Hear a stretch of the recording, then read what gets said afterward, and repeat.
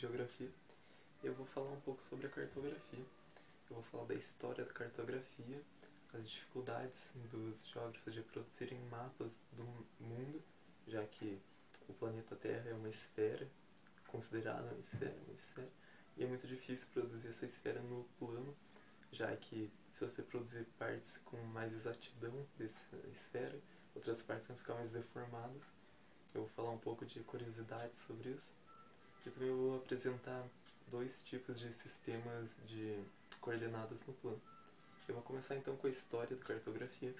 A história da cartografia começa lá nos nômades, junto com a história dos seres humanos. Os nômades, eles eram os seres humanos, no caso, antes de serem sedentários, de viverem em cidades, eles eram nômades, ou seja, eles viviam mudando de local. Eles usavam recurso de um lugar e mudavam para outro, e aproveitando os recursos desses lugares. E eles produziam mapas itinerários das suas trajetórias, e assim começou os mapas e a cartografia. Então, os seres humanos aprenderam a agricultura e deixaram de ser nômades e viraram sedentários, começaram a viver em cidades. E as cidades e países começaram a expandir seus territórios e começar a comercializar com outros países. E daí, com a comercialização e expansão de território, eles começaram a fazer mapas das rotas que eles faziam o comércio, dos recursos, como um rio, uma floresta que tinha nos seus territórios.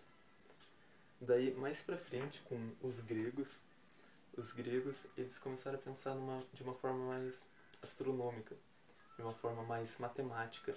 Eles que apresentaram a ideia da Terra ser uma esfera, da linha do Equador, dos trópicos, dos polos, e eles conseguiram pensar de uma maneira que você poderia achar sua localização a partir das constelações na esfera. Com isso eles imaginam um sistema de projeção e começam a pensar no que seria a latitude e longitude. E daí, alguns anos, séculos depois disso, Ptolomeu, ele escreve um livro, Geografia, em que ele fala sobre a geografia matemática, sobre a astronomia na cartografia, e a cartografia romana não aceita o livro, porém ele vai com os árabes aceitam o livro e aperfeiçoam esse conhecimento, indo mais à frente com ele. E daí a próxima vez que os árabes e os romanos se encontram, por assim dizer, é só no século XII, onde tem início as cruzadas. E nas cruzadas eles não trocavam apenas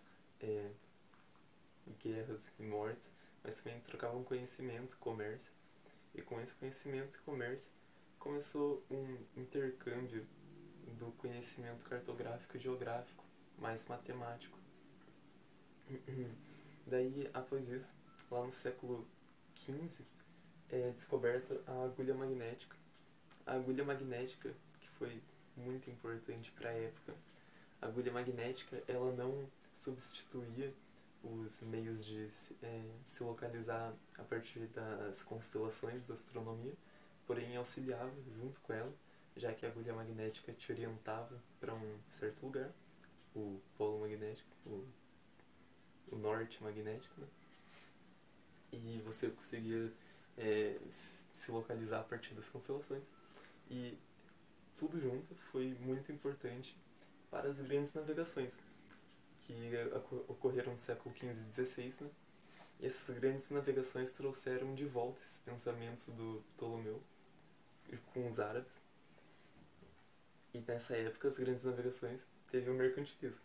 O mercantilismo que foi o início de um estado econômico, por assim dizer, onde tinha o comércio muito grande, onde Portugal, por exemplo, foi um dos pioneiros, teve o comércio entre suas colônias das Américas, com as colônias da Ásia, e com essa grande trajetória marítima começou um papel maior ainda da cartografia, com um desbravamento de novos territórios, novos recursos. A cartografia tinha mais um desafio à frente, e agora com uma escala muito maior, uma escala mundial. E daí, no século XVI, surgiu o Mercator, que era um... Bom, ele criou esse mapa, que ficou com o nome dele, de Mercator. Esse mapa, ele usava os latitudes e longitudes como paralelos e meridianos, como sendo ângulos retos, em que sendo fácil para a navegação, porém que deformava os polos. Quanto mais perto dos polos, mais deformado ficava. Daí no século XVI foi inventada também a imprensa, e a imprensa foi muito importante porque agora os mapas que antes eram manuscritos agora são impressos e são feitos em maior escala, são feitos mais em abundância. E a cartografia nessa época também tomou um rumo um pouco diferente desse que a gente viu até agora, que foi um rumo mais artístico, que é a cartografia mais subjetiva, uma cartografia com desenhos de monstros e povos de onde estariam localizados, por assim dizer. Bom, falando de grandes navegações agora e de cartografia e mapeamento do globo terrestre, eu vou mostrar para vocês o mapa que Mercator fez. O mapa de Mercator, ele foi muito importante para a navegação na época, ele foi feito para a navegação. E eu vou explicar como ele funciona. Então aqui seria o globo terrestre, onde ele tem todos os fusos horários,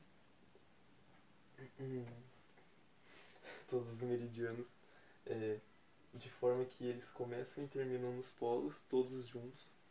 Porém, em Mercator, eles são todos em ângulos retos, fazendo com que as extremidades, os polos, eles sejam alargados, fazendo com que quanto mais próximo de cada polo, o mapa do globo terrestre comece a deformar e seja maior, tende a ser maior. Então, ele é mais acurado, mais exato na parte do meridiano, da linha do Equador, porém ele é mais deformado nos polos, perto dos polos. E aqui eu tenho o desenho do que seria uma esfera, representando o globo terrestre, um quadrado e um triângulo, para uma das curiosidades que eu tinha falado. Então, a gente sabe que o quadrado tem 4 lados iguais, e os seus ângulos são todos iguais, são ângulos de 90 graus. E que o triângulo equilátero pelo menos, tem 3 lados iguais, de 60 graus cada.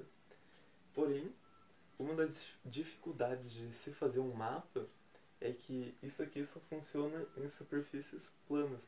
Em superfícies como o globo terrestre, que é uma esfera, isso é diferenciado, porque se nós pegássemos o globo terrestre e fizéssemos uma linha imaginária, digamos que uma delas fosse o meridiano de Greenwich, essa linha, ela passa o globo inteiro e passa pela linha do Equador. O ângulo que essa linha faz com a linha do Equador é 90 graus. E a mesma coisa essa outra linha.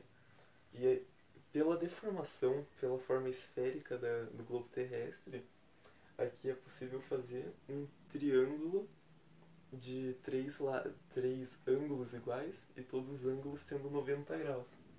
Ou um quadrado de 3 lados é meio difícil. É isso.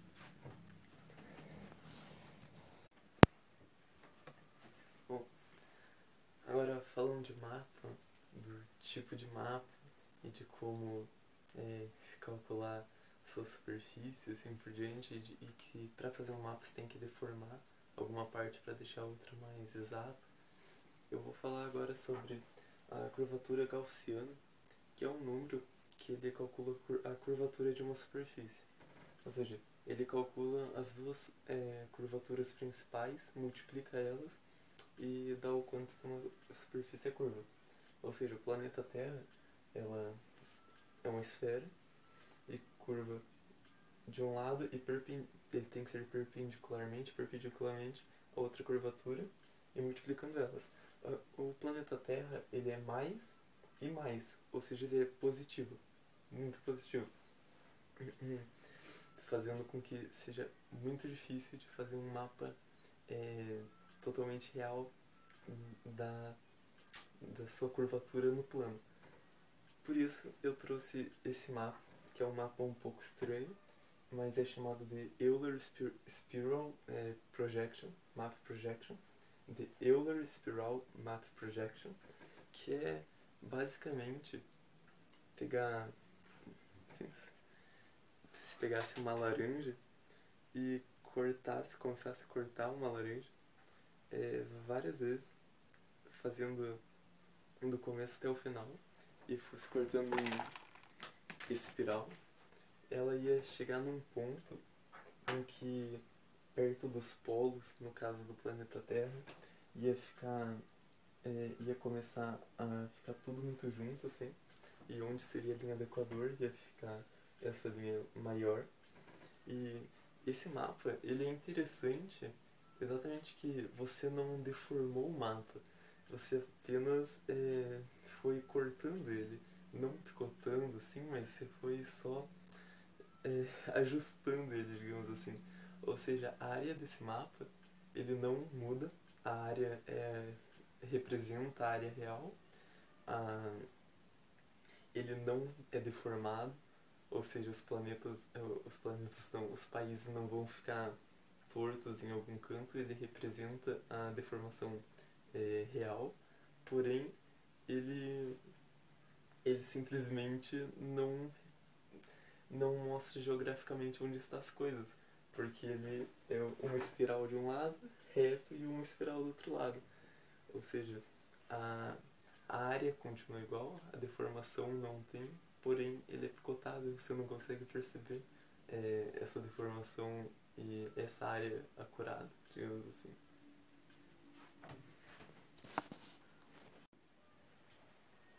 Bom, agora que falamos de mapa, né? Agora a gente vai falar um pouco sobre sistema de coordenadas no plano, nos mapas plano. E a gente vai começar com o plano cartesiano, que eu acredito que todo mundo aprende na escola, desde o fundamental. É bem simples. Ele consiste em ter duas retas, a reta x e a reta y, que vão desde zero até mais infinito e menos infinito, para todos os lados. Daí eles são divididos em primeiro, segundo, terceiro e quarto quadrante. E daí você pode, por exemplo, escolher um ponto aqui qualquer, e você vai subir, e daí esse ponto ele vai ter na reta x o valor 4 e na reta y o valor 2. Então ele é representado como ponto, sempre o valor da reta x primeiro, 4 e 2. E assim é um sistema de coordenada no plano, o plano cartesiano. Outro tipo de sistema de coordenada no plano é o plano polar. O sistema plano polar,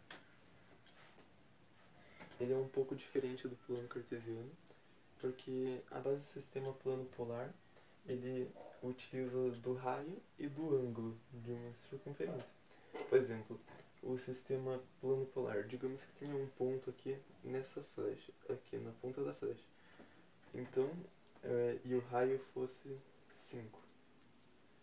Então, o raio da circunferência é 5. Sabendo que o raio é 5, ele poderia estar em qualquer ponto da circunferência. Porém, o ângulo θ, ele é quem diz, ele mostra para qual direção seguir. Dependendo do ângulo, o ponto poderia estar em qualquer ponto da circunferência. Mas, pelo ângulo ser, digamos, 15 graus aqui, o ponto está nessa posição. E daí esses dois tipos de sistema, né, de coordenadas planas, elas conversam entre si. Ou seja, você pode converter um no outro. E é aqui que nós vemos aqui em cima, está um pouco apagado, mas aqui nós temos o sistema plano cartesiano da reta x e y. Nós também temos o ângulo θ e o raio até chegar num ponto P. Então, aqui está o ponto M na reta x e o ponto N na reta y no plano cartesiano. Pensando desse jeito, nós podemos fazer aqui um triângulo retângulo para descobrir, se nós tivéssemos valores, descobrir qual seria o ângulo θ e o raio. Daí, ou seja, aqui embaixo vai ser n e aqui vai ser n, ou seja, o cateto oposto do ângulo θ é n e o cateto adjacente é o n. Desse jeito, usando o teorema de Pitágoras, a hipotenusa, que aqui tem um ângulo de 90 graus, ou seja, a hipotenusa, que é o raio, a hipotenusa ao quadrado é igual à soma dos quadrados soma dos catetos ao quadrado. Ou seja, nesse caso, o raio ao quadrado é igual a n mais m ao quadrado, os dois ao quadrado. E dessa forma, nós podemos, digamos que aqui fosse x e aqui y, pela reta x e y, nós podemos conversar os valores entre os dois sistemas de coordenadas. E daí a tangente do ângulo θ, o tangente é o cateto oposto sobre o adjacente. Ou seja, nesse caso seria o cateto oposto o n de θ, n sobre m, que é o cateto adjacente. Ou seja, ou poderia ser x e y, se nós estivéssemos falando de valores da reta x e y. Eu só troquei a letra, não muda nada. E essa aqui é uma forma de se organizar nos mapas, né? É isso. Espero que gostem.